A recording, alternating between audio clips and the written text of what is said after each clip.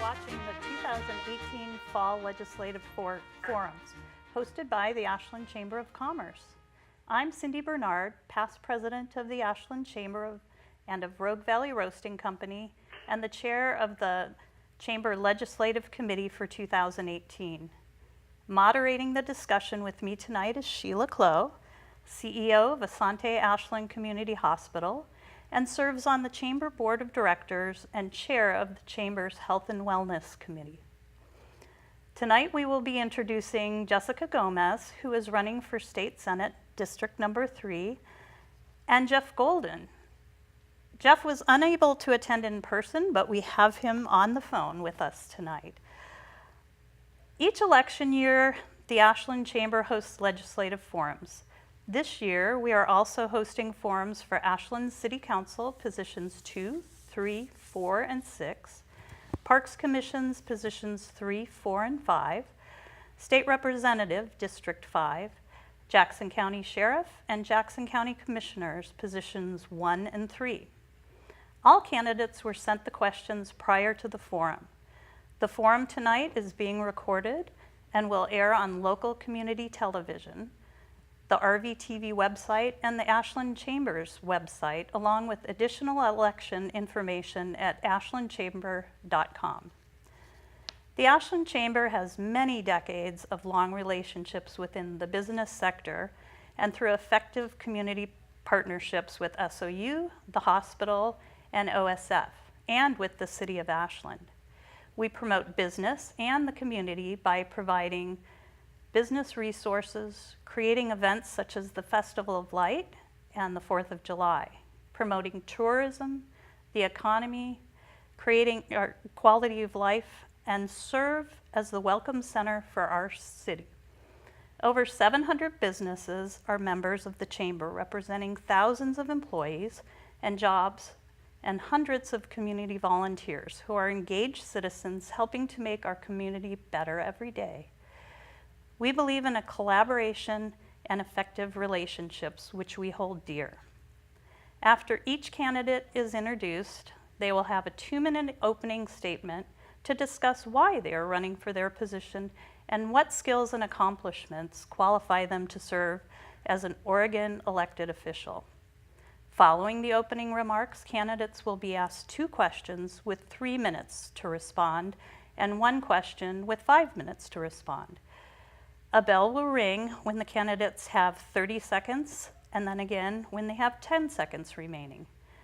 If there is time, they can give a 2-minute closing statement.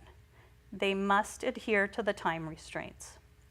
Additionally, each candidate had to sign a consent form in order to participate. The Ashland Chamber is a private, nonprofit, mutual benefit association. We require the candidates refrain from any form of speech that includes profanity, obscenity, hate, racism, or vulgarity, or that is insulting or offensive to any ethnic, religious, political, or other identifiable group or individual, as determined by the forum moderator. A violation of this rule will cause the candidate to be removed from the forum. We expect and will insist on respectful behavior. This is a forum, not a debate, between the candidates. If time allows, we may have follow-up questions for the candidate, in which case we will use the 2-minute response, again using the bell system. Please note that the candidates' introductions were submitted by the candidate. Tonight, Jessica has drawn a number to go first.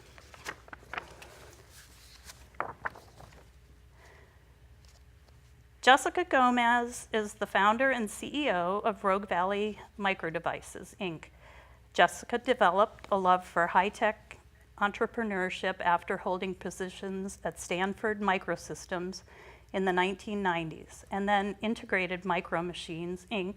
in 2003. Jessica relocated to Southern Oregon and founded Rogue Valley Microdevices, Inc. Jessica serves on the Oregon Institute of Technology Board of Trustees, was appointed by the governor to serve on the Oregon Business Development Commission, serves on the Oregon Business Council's Board of Directors, and chairs the Rogue Workforce Partnership. Jessica is the Republican and Independent Party nominee for Senate District 3. Welcome. Thank you so much. Thank you. Thank you, Cindy. As your moderator, I get to kick this off with your first opening question. Thank you. You're running for this position. Can you tell us why you're running? And then briefly discuss your skills and accomplishments that qualify you to serve as the Oregon State Senator. Sure. Thank you so much for having me. It's a wonderful treat to be here. Just to kind of talk about my day job a little bit, as the CEO of Rogue Valley Microdevices, our company makes microchips. So we do all of our manufacturing here. We have our facility over by the airport, and we work with companies all over the world that send us their designs. And then we fabricate the chips here. A couple of our more interesting customers, we make a cancer diagnostics chip. So with one prick of blood, it will tell you whether there's cancer present in your body. We also make an air quality sensor made for a wearable for a company in San Diego. And then we're working with graphene, which is kind of the material that's in pencil lead, but at the atomic level. And that's used for drug discovery and lots of other really interesting applications. My husband and I started this company 15 years ago. We were coming off the heels of a really difficult startup in Southern California, and we wanted to be near family, which is why we came to Oregon. And we risked everything for that. We sold our house and took a couple $100,000 and leveraged bank loans. And when we started the company, it was an empty garage. And it was tough. We spent long hours working through that and got to know the community really well. And kind of right around the time we were coming out of the recession, I started to think about how to support entrepreneurs. What do we need as far as resources in our economy? That's 30 seconds. Thank you. Very good. All right. Thank you, Jessica. Thank you, Jessica. Jeff, do we still have you on the line here? I am here. All right. So after years as a home builder and a river guide, founding the Oregon Guides Association, Jeff Golden built a career as a mediator, journalist, columnist, author, host of JPR's Jefferson Exchange, and producer-host of Immense Possibilities, broadcast on 25 PBS stations. Jeff served on a wide variety of statewide and Rogue Valley nonprofit boards, commissions, and as chief of staff to the Senate President. As Jackson County Commissioner during the Timber Wars, he became Oregon's first nominee for the JFK Profile in Courage Award. Jeff's married to a social services administrator, Sarah Collard, and enjoys time with his two grown children, Daniel and Sarah. Welcome, Jeff. Well, thank you very much for patching me in. I made a firm commitment to another event before we got word of the forum, and I appreciate the accommodation. You're welcome. Jeff, I'm going to ask you the same questions that we asked Jessica, and that is, why are you running? And briefly discuss your skills and accomplishments that qualify you to serve as an Oregon State Senator. I'm running because we're all of us being called like never before to determine what kind of place Oregon's going to be. I think we're teetering on a sharp edge right now between a future of innovation and prosperity and a much, much darker future, and I want to do what I can do to nudge it in the plus direction. My 45 years in the Rogue Valley gave me what I think is a great toolkit for the state Senate. I spent 10 years in remote and very conservative parts of the valley, building homes, managing woodlands, guiding river trips, and through all of that, I got to work with people across the political range, which gave me a permanent ear for the concerns and the wisdom that come from people on the conservative side of things. I had to take on some rough challenges as a Jackson County Commissioner, including cleaning up the Medford airshed, which was the second worst in the country when I took office, and pulling Jackson County through the toughest years of the timber wars and into the 21st century, so I can navigate tough issues towards positive outcomes. Later, I was Chief of Staff to the Oregon Senate President, right in the middle of the sausage making, so I know how Salem works and the ways that big money is blocking progress, which is why I decided to turn down all lobbyist and special interest money in this campaign. You know, I took a pounding from some in my own party for that decision, which, along with experiences like standing up to timber corporations when they tried to 30 recall me as seconds. county commissioner, points out a qualification that I think is critical right now. I have been through the fire of serious political pressure more than once, and I've held firm for what I think is right for people instead of forces that have been running politics in directions that don't work for most of us. 10 seconds. I think that principled independence is at the top of the list of what we need from legislators right now. Thank you, Jeff. I appreciate your comments, and thank you, Jessica, for your opening statements as well. We're going to move then to our first set of questions, and Jeff, I'm going to ask you the first question. Again, it's a 3-minute answer.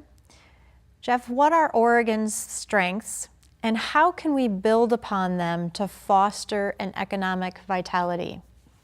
Okay, so I thought, are we out of order? I thought was biggest challenge is senators, but I'll skip that if you want. Yes. Oregon strengths. Oregon's strengths. I think our strengths were really out front in the 70s, 80s, and 90s more than they have been since. We led the way nationally on so many fronts in Oregon, on resource conservation and public involvement and healthcare delivery. We're still out in front on that. There was, when I came to Oregon, a genuine Oregon pride that's dimmed over the years, and we've fallen behind on a lot of fronts. But I think it's still in the Oregon DNA. It's a strength that's kind of been hibernating, and now it's time to wake it up. We have a huge strength in scenic beauty and outdoor recreation, which has already pulled huge investment and job creation into the state. Now, right now, I'm afraid we have to defend that asset by protecting the Cascade Siskiyou National Monument and stopping the Jordan Cove frack gas pipeline and protecting stream buffers and fish runs from toxic aerial spraying and streamside logging, which comes closer to streams than in any other state in the Northwest. Now, the forests are still a vital commodities asset in terms of jobs to restore forest health. This summer's fires really have us clear on that point. And leading the way nationally on 21st energy building projects that will maximize every bit of a log. We've been doing that since the timber crisis. We've been great at it. I think we can stay great at it. The climate here also gives us a great shot at green energy jobs, and there's legislation ready to do that. Those are family wage jobs. They are already proving out in other states. This is the real deal. Of course, that's wind and solar and geothermal to the east of us, but there's also a lot of less flashy jobs that don't get discussion, but they're still family wage, like weatherizing and retrofitting leaky buildings to conserve energy.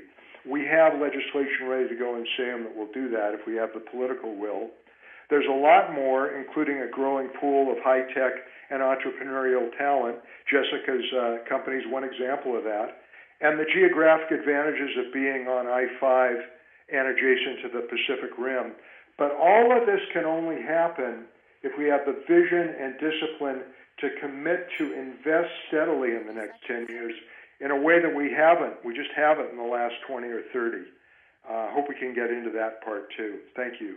Thank you, Jeff. And we'll ask the same questions of you as well, Jessica. What are Oregon's strengths, and how can we build on them to foster economic vitality? Yeah, I think that we are just incredibly innovative, we're collaborative, and we have a heart for serving our community, which is a tremendous asset, and of course, one of the reasons why I decided to run. I mean, I love our community and I want to see that we are successful. And in order to do that, we have to be fiscally healthy, right? We need to be able to balance our budget so that we can make those investments in the future. We have outdoor recreation is a big strength. I think Jeff mentioned that earlier. We also have some really innovative technology development going on here with Oregon's 3 research centers. So we have OTRADI, which is focused on bioscience. We have ONAMI, which is a nanotechnology development, and Oregon BEST, looking at those sustainable technology for building products and lots of other things like solar and doing innovative gardens on roofs and saving water and all kinds of other really interesting projects. One of the things I would really like to see is some of that coming down here, right? We have this amazing innovation hub in the Portland metro area, and I think down here, in some ways, we've been left a little bit out of that. And so bringing that back home and looking at ways to collaborate with the folks in the northern part of the state around development of those technologies. There's an interesting collaborative that's happening in Scappoose, which is outside Portland Metro, kind of on the northern side. And that's the Oregon Innovation and Manufacturing Innovation Center. We refer to it as OMEC. And it's business-led. It's being led by Boeing. There's a university component to it, there's a state component to it, and this is a model that came out of Sheffield, England. It's really exciting. We're the first place in the US that they're trying to replicate this model, bringing together these partners to do development in metals, right? How do we be more innovative in developing new types of metals for manufacturing, equipment-related stuff? There's a workforce component to it. I think that we can look at models like that here in Southern Oregon and really bring that as part of our economy. We're a very service-based economy right now, and the outdoor recreation is going to become more and more difficult if we keep getting these smoky summers. And so that's another thing that we'll have to address moving forward. We have an amazing wine and craft food industry here, which I think is a huge strength, right? Especially in Southern Oregon. People are so dedicated to eating healthy and actually, contributing to that in the form of all kinds of craft food products and beer and wine. It's just incredible. I'm really excited about what we have going on. Thank you, Jessica. So we'll move into our second question, and Jessica, you'll get this one first. Okay. And then be ready, Jeff, you're next. Yep. Here's the one you wanted. As a state senator, what do you think will be your biggest challenges, and how do you hope to solve them? Yeah, I think there's 2 types of challenges that I'll face as a senator, and one of them is it's just the rhetoric that we have at the national level is just so polarized right now. We have people hiding out in the corner on the right and people hiding out in the corner in the left, and it prevents that conversation from really happening, right? We've got to find a way to come together around the issues and around the solutions that we need in order to thrive and to grow. And I see that creeping down into our local politics a bit. And I really want to try to stave that off as much as possible and be a bridge, right? We need people that are going to bring our community together around the issues that make the biggest difference here. And I just think that, is just so important. And we have other policy-related challenges with smoke and forest management. I mean, this is like the 3rd summer in a row. I think that's going to be a big challenge of how to coordinate our state and federal resources around proper forest management. How do we pay for these things? We've got homelessness, we've got healthcare, we have housing, right? Housing is a tremendous issue right now locally. We have a big shortage. I think in our area, we're about 1.5% vacancy rate. A healthy vacancy rate is around 4%. How do we bring people together around building enough affordable housing and workforce housing to support our growing community? And I sat on the ad hoc committee for affordable housing with the city of Medford, and they're looking at ways that we can do that. There was just a wonderful example in Bend where they brought together people in the community to look at projects and additional sort of changes to the way that we zone within cities, and making sure that we have the appropriate density really, and encourage that development. It's not enough to say that we're going to stabilize rents. We have to have the proper inventory for the community that we're growing. So, great, thank you, Jessica. And Jeff, it's your turn. This was the question you wanted. As a state senator, what do you think will be your biggest challenges, and how do you hope to solve them? I want to focus on two related political challenges. The first is the way that party warfare is controlling the game and punishes legislators for independent, innovative thinking, which is exactly what we need to solve the big problems now. It's become more about jets versus the sharks than solving the problems, and I think only voters can fix that by electing candidates who will stand up and buck the conventional lines. The deeper challenge, related, is the stranglehold of special interest money on politics. I think deep down, everyone who's paying attention knows that's true. I want to ask voters and legislators, how satisfied are you with the progress we've made in Oregon over the 25 years or so that just passed? I think that honest people will say, not very. Now, I think we have good, viable solutions ready for most of the problems, but we also have entrenched interests holding back change, most of them with lobbyists roaming the halls and the committee rooms in the Capitol every day of every session, and their primary tool is big checks to political candidates. And that's why I decided not to take special interest money in this campaign. I've heard good people in Salem, people I really admire, quietly wonder before a big vote, what will my big funders think of this? And that can't be the question we ask anymore. If I pass up lobbyist money the way we're doing, I think I have a great advantage. I get to ask, which is the best vote here for our kids and our grandkids, which is a better question.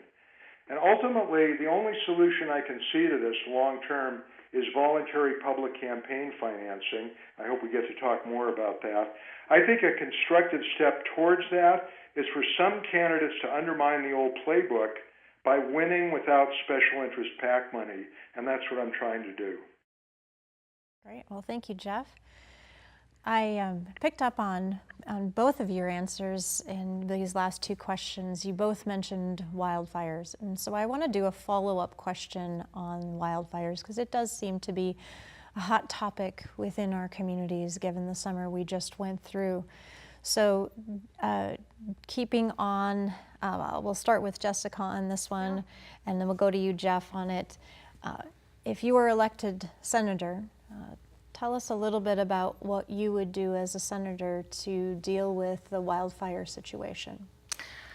You know, I think we need to look at the forest collaboratives that are happening around the state. Ashland Watershed, I went and did a tour of the Ashland Watershed on Saturday. It's a wonderful example of how to responsibly, I think, manage our forests. The problem with that is it's expensive, right? And it requires a lot of collaboration. You have to bring together the logging community, you have to bring together the environmental community and members in the community at large to look at how do we fund this, how do we do a better job at managing our forests, and it's going to take time.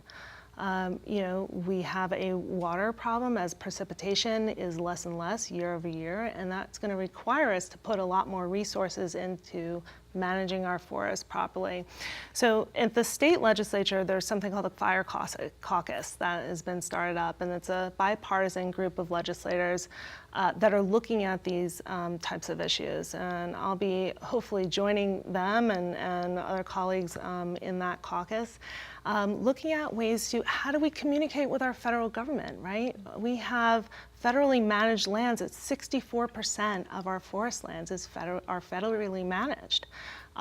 We have our ONC land that is managed by, by another party, and then we have private owners, and we have to look at the coordination between those three bodies, especially when it comes to fighting fire, smoke management, and actually managing the forest so that they're less susceptible to fire. Right? We have to have a fire adaptable forest that is really leaves us less vulnerable. Great, thank you, Jessica. So the same question goes to you, Jeff. If you were to be elected our senator, How would you deal with the wildfire situation? Well, we're in a deep hole here because of decades of neglect of the forests and because of climate change. We have a immediate-term challenge and a long-term challenge. The fuel buildup in southern Oregon forests, which are a lot drier than up north, is intense, and it comes from poor logging practices in the past and well-intentioned Smokey the Bear, let's put out every fire. We know that, and you just have to drive through forests to see it. So in the near term, we need to scale out massive fuel reduction programs, which is labor-intensive and will take investment. I would be really interested as one alternative in a sort of Oregon Corps project where high school graduates can work a year or two in the woods removing fuels in return for college or university tuition. You give us 2 years and we'll give you 4 in Oregon. The other cause, and we've got to be really honest about that, it is climate change. We are looking at our version in the whole West, not just the Northwest, of climate chaos. The Carolinas right now have their own version. It's absolutely real, and it's a series of hellaciously hot summers that are frying our forest. The Democratic caucus is focused on this problem. We will pass a clean energy jobs bill that can make a difference and can generate a lot of economic opportunity. It's complicated. It's not going to be a walk in the park. It's going to be up to all of us in Oregon to change some of our habits, every single one of us, and become part of a Western Front with California and Washington to lead this country as part of a global community to address this. There is no way to be optimistic about a future for our kids and grandkids if we don't aggressively take on climate change. Is that it? You can wrap it up right there. We have to kill the Jordan Cove pipeline and not dig ourselves deeper into this hole. All right. Well, thank you both for that follow-up question. Any other follow-up questions from you? No, all right. We'll go into our last set of questions. And Jeff, it's back to you on this one. How do you see Oregon overcoming our financial challenges? And what are your priorities and how do those impact our region? Well, the second first, I want to dive immediately into 2 clusters of issues with very big impacts on our region. One of them we just talked about. The smoke's got our attention. What are we going to do about it? Let's not have smiley-faced proposals. This takes a change in the way we do things, and I said enough about that. The other thing is a cluster, it's sort of a tangle of social and economic problems, and I put our housing crisis at the center of it. We have tens of thousands of people in our county, many working about as hard as a human being can work, who cannot find decent and stable housing. There are huge macro reasons for that. Almost the cost of everything has gone up the last 20 or 30 years, except for wages. Some of that is not immediately in our control, although we do have the power to change life for plenty of Oregonians. In Jackson County alone, we've got about 210,000 residents. We have an estimated 2,500 homeless kids, 2,500 homeless children. We ought to pause to imagine what that means. This is 2,500 kids who don't know really where they'll sleep tonight or 3 or 4 nights from now. They have no home base to keep their things safe or stay clean with their families. They are not likely to get to school ready to learn. And you ought to ask just about any, especially elementary school teacher, about the way more and more kids are having breakdowns in the classroom that cause them to clear out the classroom and make it impossible to teach. As teenagers, they're not going to have it together to land a first job. And to ease the pain they're going through, they are likely going to fall victims to drugs and alcohol. And we know, I think anybody who's looked at this problem, and I've had my eyes open during this campaign, if we allow homelessness to keep growing, we are signing up for a nest of social problems that will bankrupt this state because it triggers so much disruptive education, alcohol and drug abuse, mental illness, abuse of children and women, inability to enter the workforce so that people become the result is people become a lifelong drain on our tax dollars. I want to see pre-K education for every Oregon family that wants it, which some states have. The data tells us it's a great investment in this context.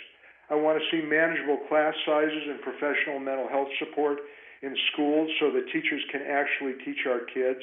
I want to be sure there's broad-based access to community college and universities, which are the entryways to family wage jobs that are the real, durable way to overcome homelessness.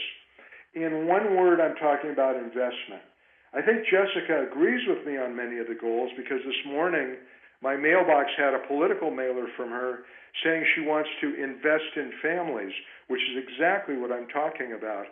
I was sorry to see alongside that that shared goal, a promise to reduce taxes. I think when you put those two together, you have the sad fairy tale we've heard in 100 campaigns, and it's led to horrific economic inequality. I know the campaign consultants tell candidates that voters, we're kind of like 5-year-olds looking for ice cream and ponies, and the way to get our vote is to promise us more while never asking a thing of us. If you treat voters like grown-ups and talk about what it costs in the real world to actually invest in families in a way that works, you get attacked, as I was on the flip side of Jessica's brochure today, as a big tax and spender who's against families and for greedy bureaucrats. That's worked pretty well in past elections, so most candidates say, you know, the hell with this, I'll do the promise more and ask them for less thing in order to get elected. And I would just ask everybody who's listening, how has that worked out for us over the years? So in the weeks left in this campaign, I want to challenge both Jessica and myself to offer up straight answers to one question, and that's, how do we pay for the Oregon we want? I'm going to be developing a web page that will be at my site to lay out realistic ideas on paying for investments without asking more from working families who've been struggling and still are, and by going from almost dead last in taxing corporations to somewhere in the middle of the pack of the 50 states, and that'll be at goldenforsenate.com. Thank you, Jeff. Appreciate the answer. And we'll ask you, Jessica, the same questions then. How do you see Oregon overcoming our financial challenges, and what are your priorities, and how do those impact our region?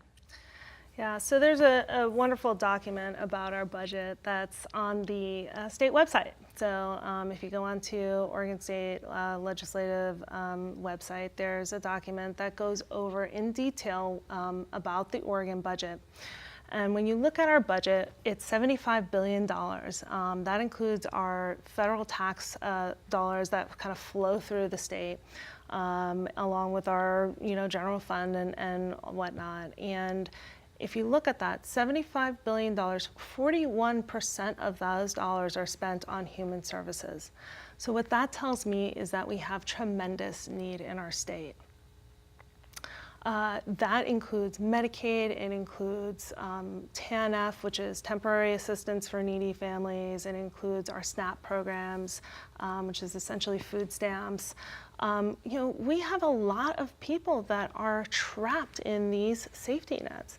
And so what do you do about that, right? Because if you look at our tax revenue, we've brought in more tax revenue in the last couple of bienniums than ever in the state of Oregon, and yet it never seems to be enough, right? So how do we recover from that? What I would propose is that we need more people contributing to that tax base.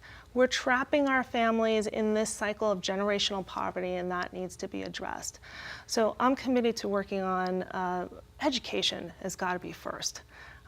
We are 47th in the nation in graduation rates in Oregon. How are we going to provide the workforce to the companies that we want to be here if we can't graduate our kids? And so looking at things like improving career and technical education in the state is critical. We started doing that with some Measure 98 money that came down this last cycle. And it's actually having an amazing impact on our schools. Medford school districts and a lot of our other school districts are are actually bringing up these career technical programs and engaging kids, right? It's not enough to have a child looking in front of and doing a worksheet. You have to provide a way to engage them in that skill and teach them how to apply that in a real way.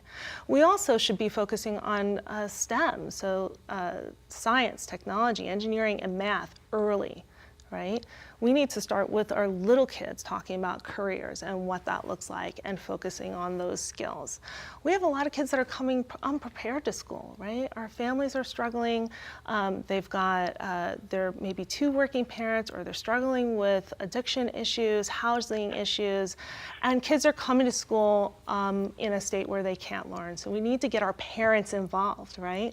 Our parents have to come to the table and work with their children to help our education system. I mean, we're asking a lot of our teachers. We're asking them to be the disciplinarian. We're asking them to be the social worker. We're asking them to be the teacher. It's a lot. The next thing is we need to work on, again, this generational poverty issue. If I'm a working mom, or a mom that's trying to work, I have 2 kids and I'm single, the minute I start generating any kind of reasonable income, those safety net systems drop off. I lose my food stamps, I lose my any kind of TANF, HUD housing.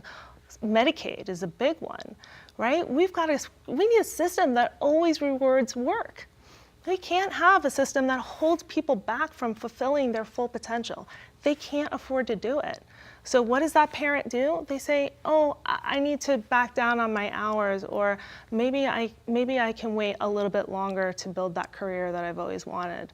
And so that is called the fiscal, the benefits cliff. We talk about it all the time in workforce and in community college and in higher ed. We refer to this, and it's really a destructive system for our state. So that needs to be addressed. And then the last thing is, again, economic diversity. We have a very service-based economy. You know, we need to bring in some traded sector companies. We need some economic vitality. We lost our natural resource economy in the late 80s and early 90s due to some of the policies that were promoted by a lot of people in the area, including my opponent. And that, left us a big hole, right? And we still have not found a way to recover from that. Thank you, Jessica. Thank you, Jeff. Any follow-up questions from that host? Okay. We will move then into our closing statements. And Jessica, you have the opportunity to 2 minutes to provide a closing statement for us. Thank you. I would just like to say thank you. I'm really excited about our potential here. I think we have tremendous opportunity in Southern Oregon, but we need to focus on, again, education, economic diversity, and then poverty. We need to break that barrier for people and make sure that we eliminate that benefits cliff so people are always rewarded when they try to go to work. That's critically important. And I'd just like to say, we got to stop this infighting. I mean, we even see it on my opponent's side where, you're seeing some really aggressive things coming from there. We've got to bring people together. That's the only way we're going to be able to work through these big problems that we have and also take advantage of those amazing opportunities for our state. Great. Thank you, Jessica. And Jeff, that leaves you the opportunity for a 2-minute closing statement. Well, I began by saying that Oregon's teetering on a knife edge between a bright and a dark future. As much as I'd like you all to send me to Salem, one senator is not going to decide which way to go. What really is going to be necessary is a different way of thinking about government, politics, and how we're going to live with each other. The way it's been is that all the special interests circle their wagons at the Capitol and say, don't solve this problem on our backs. We're not given any more, so go somewhere else to solve your problems. If we keep doing that with the problems we have now, we are going over the cliff. I think the bright future happens if all of the many groups ask instead, what can we bring to the table so that Oregon and Oregonians will thrive? For wealthy corporations and businesses that continue to do very well through an economy that's hammered so many people, yes, that is going to be tax dollars. for the majority of Oregonians who've lost family wage jobs or their homes or their retirement security or just treading water, we won't ask for more money. That would be stupid. They can be volunteering in their kids' schools or in a neighborhood food project. They can mentor a kid in trouble. Whatever you want to invest energy in helping others. You know, when I was very young, I clearly remember watching John F. Kennedy get sworn in as president, and I heard him say, ask not what your country can do for you, ask what you can do for your country. If we replace your country with Oregon and really take it to heart, I think we got some great things ahead. Really thank the Chamber for the opportunity to talk to you in this forum and let my disembodied voice into the conversation. I hope we all think about the issues in this really vital race, not just the campaign slogans arriving in our mailboxes, to decide which path forward makes sense. Most of all, please, everyone, all of us, do what you can do. Stay active and engage in whatever community project inspires you. And if we all do that, this state will truly thrive. Thank you, Jeff. We'll turn it back over to our host, who will close out our session for us. Great. I just want to give a big thanks to both Jessica and Jeff from myself and Sheila and the Chamber and the citizens. This is great to hear your voices, so thank you. Thank you. Thank